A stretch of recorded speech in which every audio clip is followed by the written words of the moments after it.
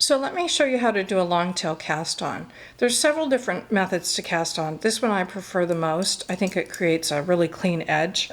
And that's important because your cast on start is the beginning of your garment. Needle selection is also key. If you're using a fuzzy yarn, it might not work as well with the bamboo. You probably want metal needles. I'm just a huge fan of bamboo, so you'll see me using them a lot. Okay, so how much do you need to pull off the skein of yarn or the ball of yarn? In this method, the rule of thumb is 3 times the finished width. So if we go back to a sweater example again, if that front piece of the sweater is finished edge of 20 inches, you're going to pull off 60 inches of yarn. If you're doing a cuff, if you're doing a hat, you just start with that beginning finished edge size. And if you don't pull off enough yarn, it's not all lost. I'll show you in a bit just how to deal with that. So first you need to do a slip knot. You can't just tie a knot and put it on the needle. Well, you could tie the knot, put it on the needle. It's harder to adjust the tension. You really want the slip knot because it just starts the workout in a better way. So to do a slip knot, you make a U with the yarn, you wrap one yarn over the other, put your fingers through, and catch up the other yarn. So make a U, yarn over the other, put your fingers through, and you pick up the bottom yarn.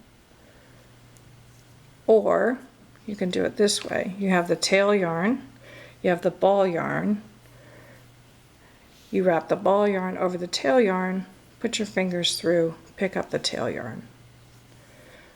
And that's what you're going to slide onto the needle. And you'll adjust the tension that way. Holding the needle in your right hand, you are going to insert your index finger between the 2 pieces of yarn. And then you're going to wrap your hand around so that your 3 fingers are covering the ball yarn and the tail yarn. You are not going to use any of this yarn here. You're not going to use the yarn that's laying on top of your middle finger at all. That piece. So index finger through, wrap your fingers around. Now you're going to take your thumb and follow it up your index finger. When it gets beyond the 2 pieces of yarn, you're going to split your finger and your thumb out. That gives you tension and a V. So again, you're going to put your index finger between the 2, wrap your hand around, put your thumb in to run up the index finger, and then make a V. Once again, you're going to put your index finger in, your 3 fingers around, thumb up and out. Okay, so when you pick up, you're going to do it's a 2-pronged approach on this. You're going to swipe it outside of your thumb and the inside of your index finger, and this is the yarn inside your index finger that you're going to pick up. So your first pass is outside the thumb and you pick that up, and then you move to the inside of your index finger, you pick that up, and you adjust the tension, and there's your first stitch. Outside the thumb, inside the index finger, and up. Outside the thumb, inside the index finger, and up. Outside the thumb, inside the index finger, and up. Outside the thumb, inside the index finger, and up. And that's it. That's your long tail cast on. So then you'll be working along, you'll get really fast because after a while it just becomes second nature. And then let's assume that you get to the end and you cast on 10 more stitches, but your tail's too short. And you don't have enough tail yarn to do the last 10. So what you do is you turn your work around. Now this is the knitting cast on, and you could have done this from the beginning. You would start with a slip knot and then you would do this stitch going forward. So it also helps out if your long tail is too short when you've not estimated enough yarn. The really important thing at this point, and if you're going to start this way, is you have to keep the tail yarn separate.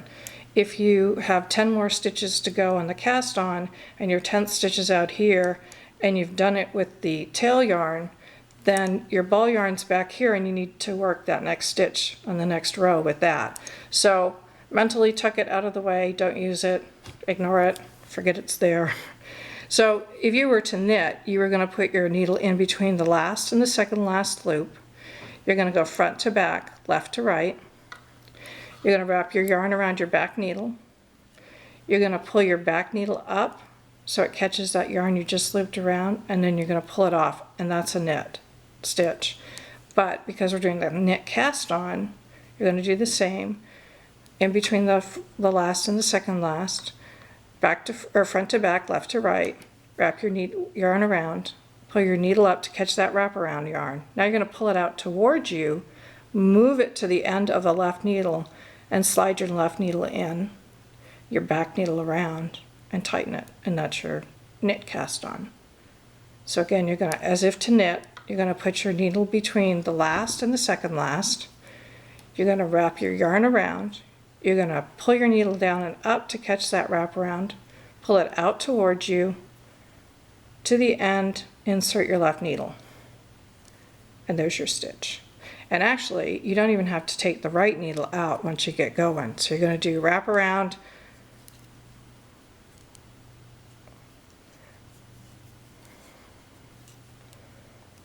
and just do it that way. And so you'll just continue on until you have the required number of stitches.